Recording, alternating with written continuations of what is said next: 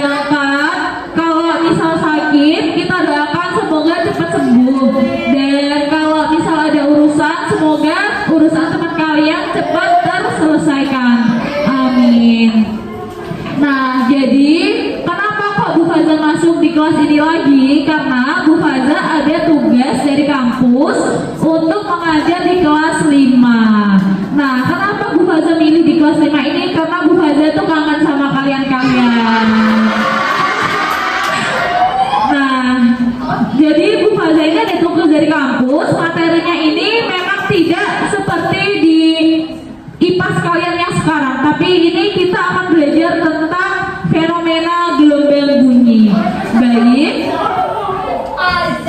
sebelum pembelajaran dimulai, untuk menghormati jasa-jasa para pahlawan, kita boleh nggak menyanyikan lagu Indonesia dulu?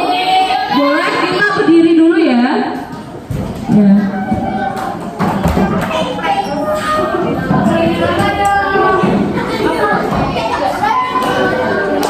Ayo berdiri semua. 1, 2, 3. Indonesia tanah airku, tanah tumpah darahmu. Di sanalah aku berdiri, jadi pandu ibuku. Indonesia kebangsaanku, bangsa dan tanah airku. Marilah kita bersatu, Indonesia bersatu. Hiduplah tanahku, hiduplah negeriku, bangsaku, rakyatku semuanya. Bangunlah jiwanya, bangunlah dadanya untuk Indonesia Raya. Indonesia merdeka, merdeka, tanahku, negeriku yang ku cinta. Indonesia yang merdeka, merdeka, hiduplah Indonesia Raya.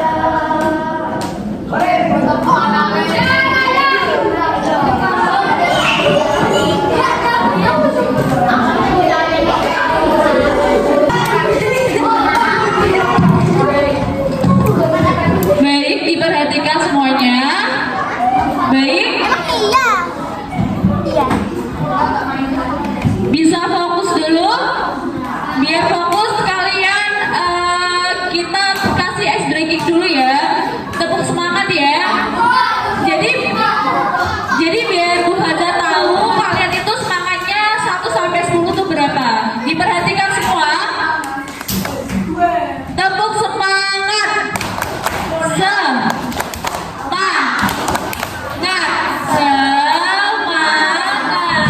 Oh, sudah kelihatan semangat semua. Baik, sebelum pembelajaran dimulai kita berdoa terlebih dahulu. Kita baca Bismillah bersama-sama. Bismillahirrahmanirrahim. Nah, jadi kita akan belajar tentang fenomena gelombang bunyi. Ya, kenapa kita belajar fenomena gelombang bunyi? Karena biar kalian tahu apa sih itu bunyi dan apa saja karakteristiknya. Ya, nah, kita belajar fenomena gelombang bunyi. Siapa yang tahu manfaat telinga? Untuk iya betul, untuk mendengar. Manfaat telinga itu untuk mendengar. Mendengar apa? Mendengar gambar atau mendengar bunyi? Bunyi, betul. Nah, menurut kalian apa yang dimaksud dengan bunyi?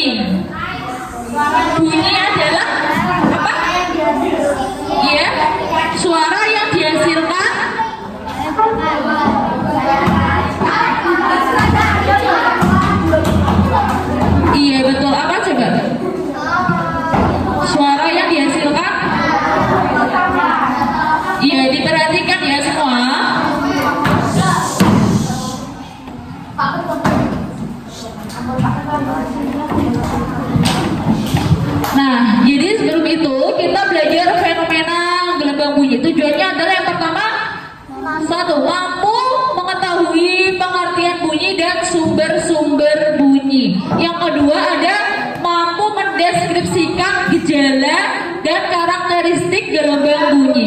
Yang ketiga adalah mampu mendemonstrasikan penerapan konsep gelembang bunyi dalam kehidupan sehari-hari secara sederhana. Nah, mari kita bahas yang pertama dulu adalah mampu mengetahui pengertian bunyi dan sumber bunyi.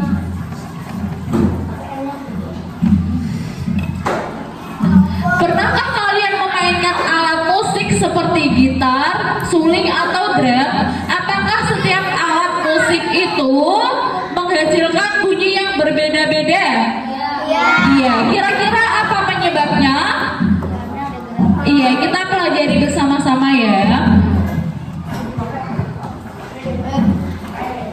Kita kembali ke tujuan pembelajaran mempelajari fenomena gelembang bunyi yang pertama, yaitu mampu mengetahui pengertian bunyi dan sumber-sumber bunyi. Nah, bunyi adalah apa? Bunyi adalah Oke, kita belajar bersama-sama.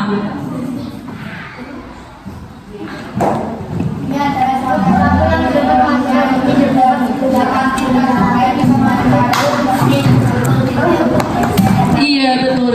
Bunyi adalah sesuatu yang dapat menghasilkan bunyi atau suara dan dapat kita dengar dengan cara dipetik, dipukul, ditiup, digesek, dan lain-lain. Bisa dicatat semuanya. Apa itu pengertian bunyi? Cuma sedikit kok. Bu Faza tunggu. Iya, di buku tulis 2 menit cukup. Cukup ya, sedikit. Ditulis dulu pengertian bunyi.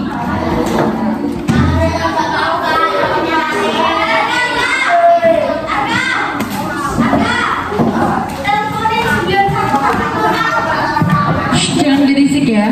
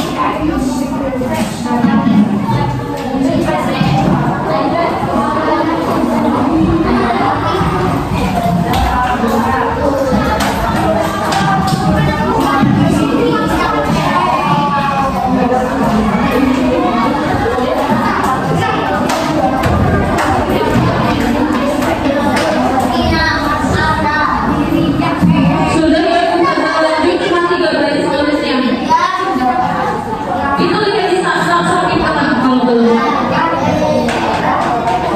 Sudah? Kita sudah belajar tentang pengertian bunyi. Selanjutnya kita belajar tentang sifat-sifat bunyi. Ada apa aja yang pertama? Bunyi dapat merambat. Iya, yang kedua? Bunyi dapat dimantulkan. Bunyi dapat dipantulkan. Yang ketiga?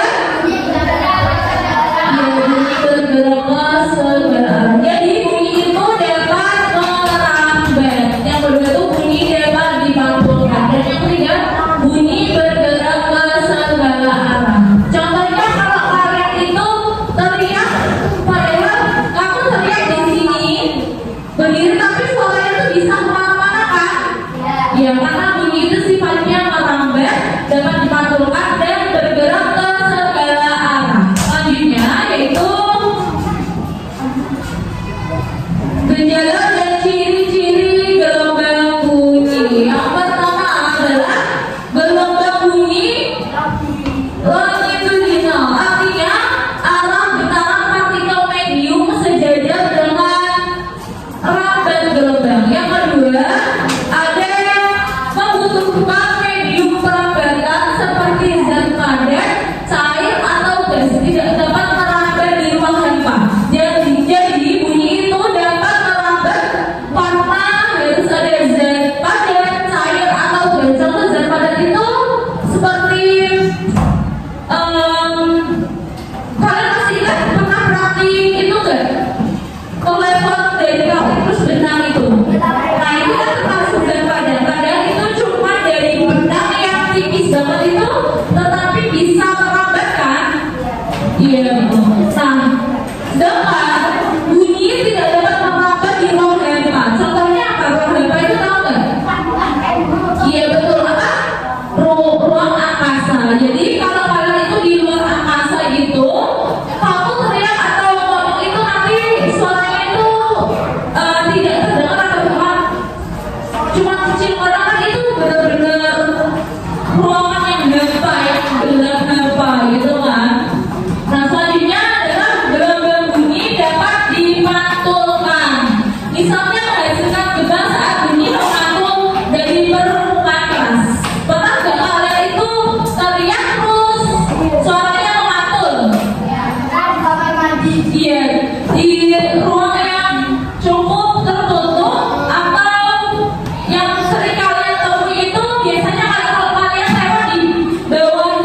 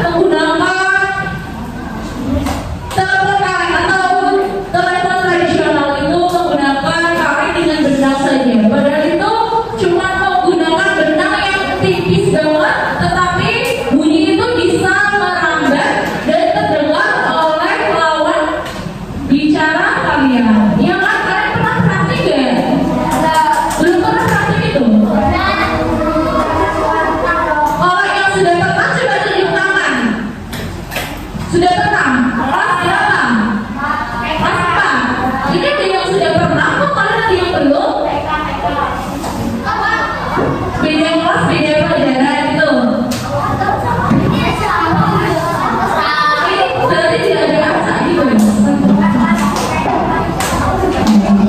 Selanjutnya yang ketiga adalah mendengar gema suara saat bertarian di tempat terbuka seperti di puncak bukit, menunjukkan sifat pantulan bunyi. Nah, kalau kalian itu biasanya lagi main di tempat terbuka seperti alam-alam gitu, kalian itu pernah teriak gak sih? Pernah? Ya itu, oh ya mengeluarkan emosi, membuang emosi di tempat yang sepi, alam-alam gitu ya. Siapa yang sering? Yang sering kalian di tempat alam terbuka siapa? Kenapa? Kenapa sering di tempat yang sepi-sepi itu kenapa? Biar apa ya? Buat melampiaskan rasa capek ya biasanya ya. Iya betul, biar nggak stres. Iya, baik kita lanjut ke materi. Nah, contoh penerapan konsep gelombang bunyi dari Mas Hadi ada lagi, yaitu menggunakan pengeras suara atau mikrofon yang memperkuat gelombang bunyi agar terdengar lebih keras. Nah, contohnya Mas seperti Bu Fadza ini. Iya. Contohnya seperti Bu Fadza sekarang menggunakan alat pengeras suara atau mikrofon atau mic. Nah, kira-kira kenapa kalau Bu Fadza ini mengajar menggunakan mic dan tidak menggunakan mic itu suara yang dihasilkan itu berbeda?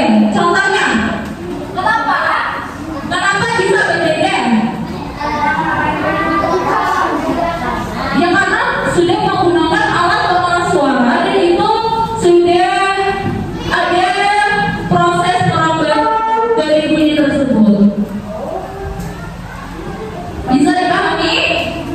Iya. Yang kedua, oh ya, sebelum itu contoh penerapan dalam kehidupan sehari-hari yang dapat kalian temui itu contohnya bukan hanya di mic yang sedang kalian dengar ini. Contohnya yang lain adalah ada ketika kalian menonton televisi, ya apalagi iya HP, sedang nonton YouTube atau apa video apa?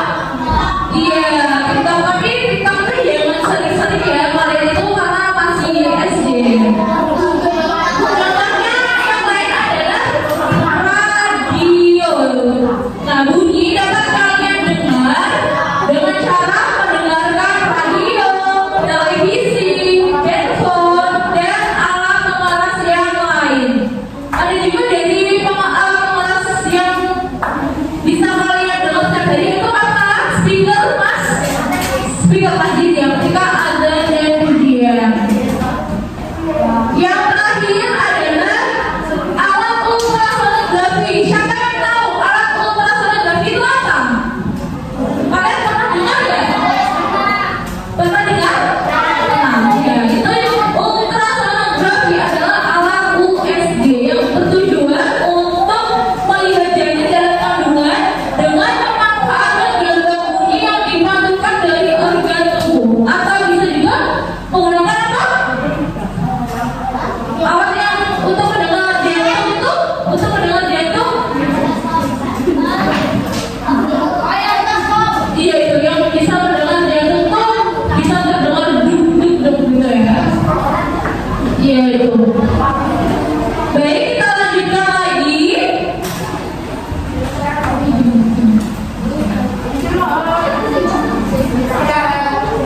Nah, kalian sudah bisa memahami apa itu pengertian bunyi dan ciri-ciri beserta karakteristiknya dan contohnya? Sudah? Nah, Bu Fadza tadi sudah kalian buat mencatat sedikit saja. Nah, kita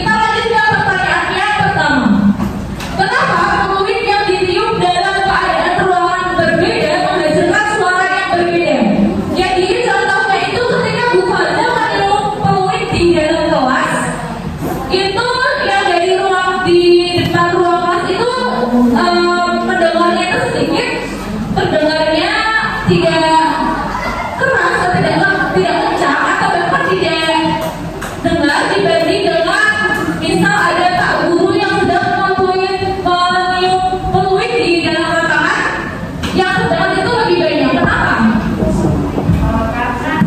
Karena dia di dalam ruangan ada proses terhebatnya perabetan, karena ada apa? Pintu dan tembok. Jadi bunyi itu tidak bisa merambat dengan maksimal karena tidak di ruangan terbuka. Jadi bisa kalian bayangkan dan sering kalian dengar kalau peluit di dalam kelas dan di dalam di ruang di ruang terbuka seperti lapangan itu, contohnya itu pasti suaranya lebih banyak yang terdengar di luar lapangan. Benar apa? Benar? Iya, betul.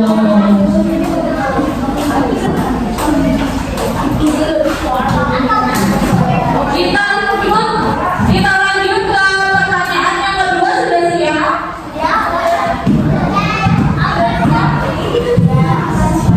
Sudah siap? Nanti kita bahas bersama-sama dan bisa jelaskan bersama-sama. Diperhatikan ya semuanya. Ayo yang kedua itu ayo diperhatikan dari depan. Ya, kita lanjut ke pertanyaan yang kedua.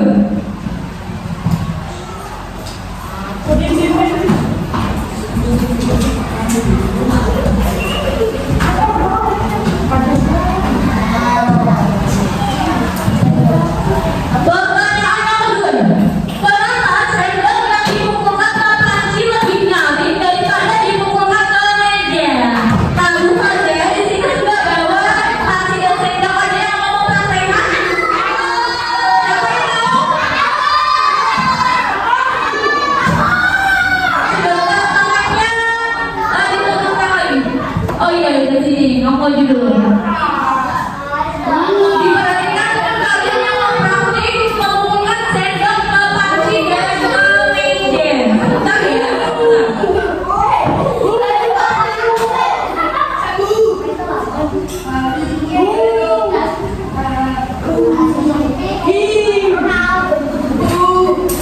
Diperhatikan teman kalian di depan ini mau mempraktikkan kenapa sendok yang dipukulkan ke panci lebih nyaring daripada dipukulkan ke meja. Yang pertama, coba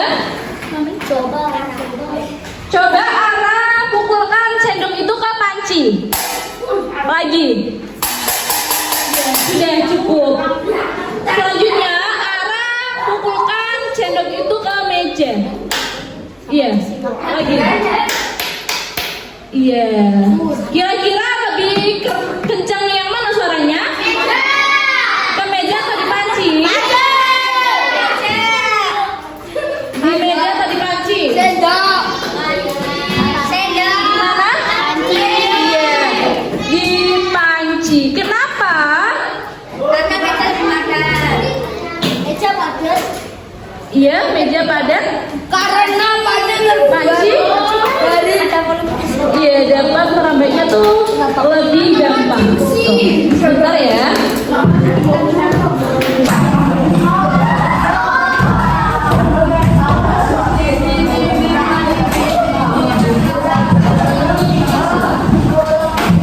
Nah, sudah diperhatikan sama arah.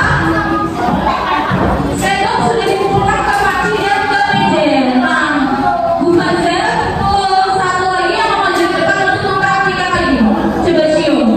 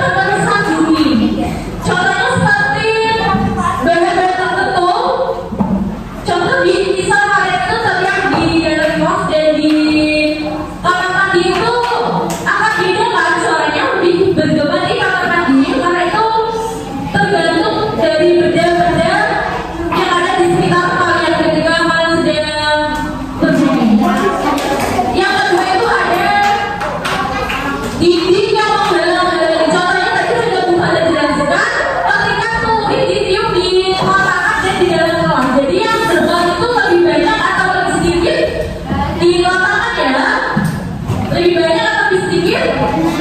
Lebih banyak. Ya, lebih banyak, betul. Jadi bisa dimulai.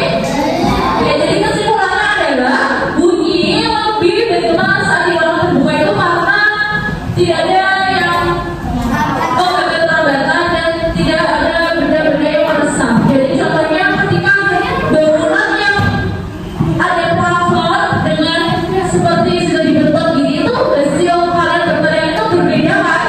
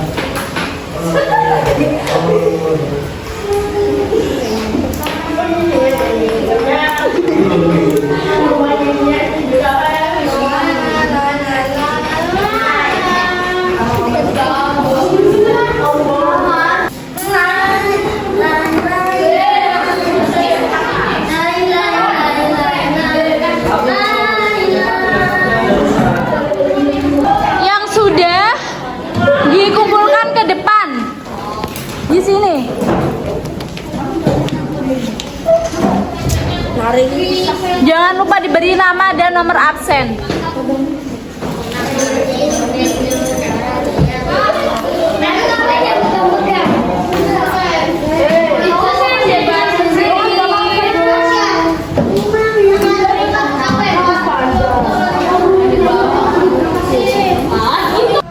Duduk dulu ya.